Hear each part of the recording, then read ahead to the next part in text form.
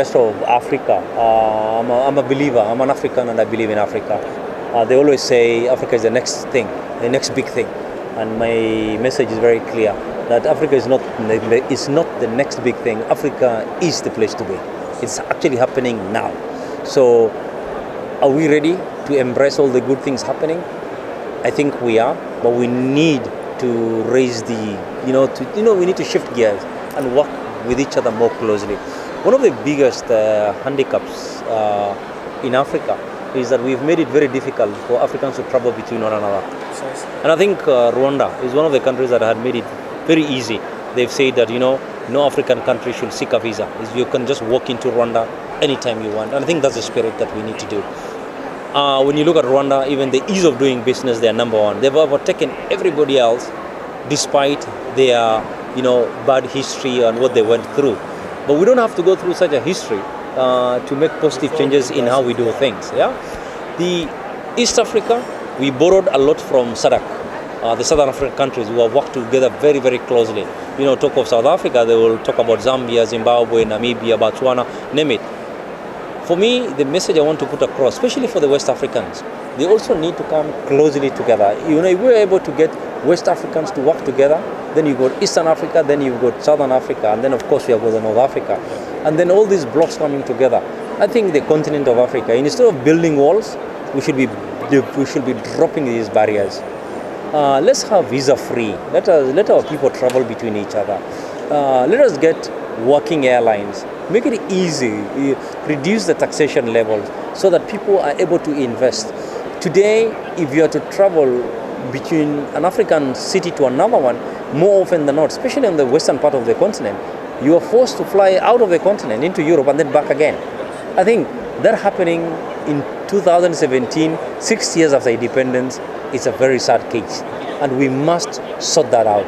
And when you look at West Africa, we are not short of the capital. We are not short of the people to do the work. We are not short of educated masses.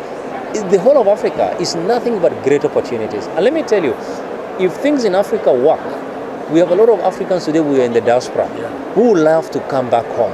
Trust you me, they have a soft spot for them, and they actually always talk about Africa. They're saying, if things work out in Africa, I'll be more than happy to come back home, and work. And I think that's the spirit we need to do. Tourism is the easiest vehicle to get our people out of unemployment. If you recall, a place like Cambodia and Vietnam, for those of us who are growing up in the 70s and 80s, Vietnam and Cambodia was known to be a war zone. It was war. But today they have fast-tracked themselves through tourism and light industries, but specifically tourism. And tourism is labor-intensive.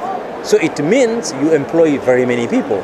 So all of a sudden, Cambodia and Vietnam, and now also Myanmar, which is former Burma, all of a sudden, and even when you walk around this trade fair, you'll see them. They are really, really exploiting tourism. But will you say the same about Africa? Not yet. Yet, Africa is a melting pot. The culture in Africa is unbelievable. We have over 7,000 languages in the continent of Africa. 7,000. Africa is just not a continent. It's a very unique continent. From West Africa to the south, east to west, we are all different, yet we are in one continent. And I think that is something we need to exploit. That is something we need to package to the rest of the world. We have 1.3 billion people who are looking for unique places, special places. And those special places can actually be found in Africa. So the question is, what are we waiting for? For any country, whether it is Kenya or Ghana or any country for that matter, if you are to go back some 20 years ago, hardly 3 months will go before you hear about a coup d'etat. Government has been overthrown and so and so is now the president. Those days are gone. You dare do that, you are smoked out. And the best example for me is Gambia. All right? When he dared to do that and he didn't want to leave office, Nigerians, Senegalese all came together and smoked the guy out to show you that we mean business and you can't get away with murder. All right? Now, Africa, we are democratizing slowly as we move on. Kenya is one of the countries that has really practiced democracy the best way we can, and is the only country, I think the third in the world, where a presidential win was annulled by the Supreme Court, and we are still stable. And I think we are an example to the rest of the world. So we need to make sure that we remain stable. If we are to exploit tourism, no tourist will ever go to a place where they feel that their life is in danger, where they feel that there is instability. Nobody will ever visit you. So it's very, very important that Africans are at peace with themselves before you dare invite anybody to come and have fun.